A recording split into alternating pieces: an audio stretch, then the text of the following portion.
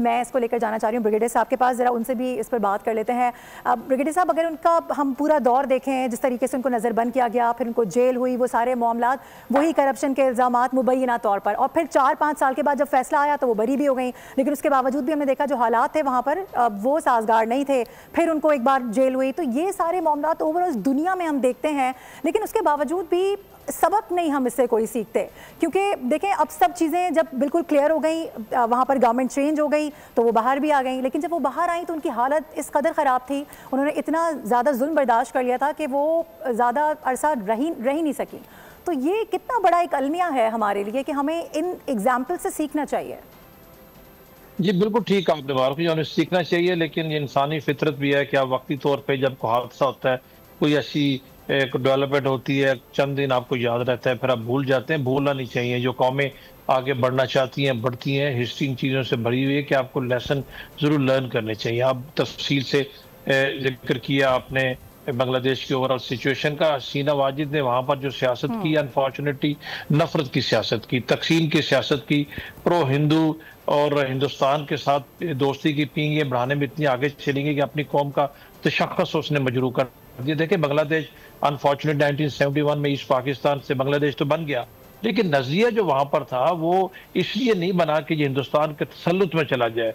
जिस तरीके से शाम साहब ने बिल्कुल ठीक बताया, जिस तरीके से हसीना वाजिद ने अपनी पॉलिसीज को आगे बढ़ाया, लोगों पर जुल्म सतम किया, इलेक्शन जीते, और खालिदा जिया जैसी खातून बड़ी मुदब्बर खातून थी, उन्होंने बड़ी बहादुरी से अपनी सियासत को न सिर्फ परवान चढ़ाया, आगे बढ़ रही। उनके दोनों अदवार में पाकिस्तान के बांग्लादेश के साथ ताल्लुकात ठीक रहे। हालांकि उनके शोहर जो थे वो तो साबिक आर्मी चीफ बांग्लादेश के प्रेसिडेंट थे और उनके फर्स्ट आर्मी चीफ थे। तो मैं ये कहना चाह रहा हूँ कि इस तरह की सियासत से कौमों को मिलता कुछ नहीं है। आज राम से जब निकली है तो हर चीज तो अब जमीन पे आ गिरी है। आज बांग्लादेश की गली कूचों में, ढाका, चिटागोंग, कोमिला और सिलहट में और मैडम बाजार में और इस कॉक्सिस बाजार की गलियों बाजारों में हिंदुस्तान के खिलाफ मुजाहरे हो रहे हैं, नारे लगे। और खालिदा जिया के बेटे जब वो 14-15 साल के बाद अपने वतन वापस आए हैं, उनको इस तरह पेश किया गया कि मुजरिम है, करप्ट इंसान है और सबसे बड़ा वांटेड आदमी है। आज उनके खालिदा जिया के जनाजे में देखें, हर तरफ एक इंसानियत, लोगों का एक जम्मे गफीर है। हालांकि उनको 17 साल की 2018 में सजा दी गई, बीमारी की हालत में जेल में रखा गया। तो इस तरह के जुल्म सितम से कभी भी शख्सियात मिटती नहीं होती।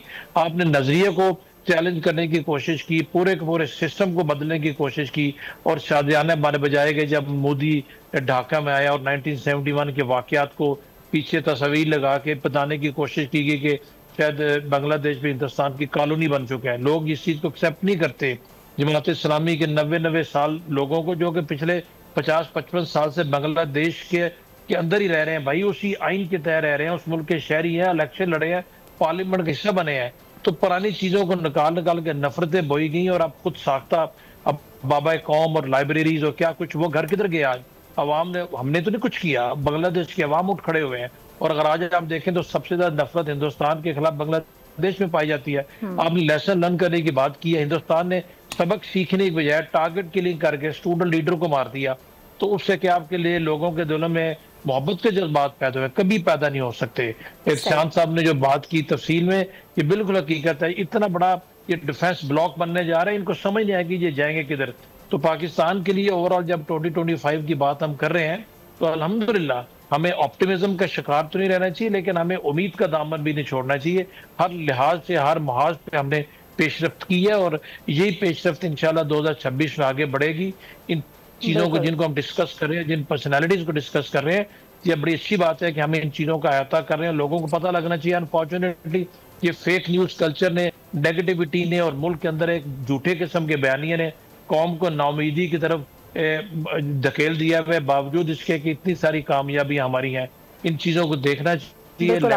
कुछ फहमी में नहीं रहना चाहिए, लेकिन हकीकत में एक जुमला ऐड करूंगा, मारूक एक जुमला ऐड करूंगा। जी जी जी एहतशाम साहब।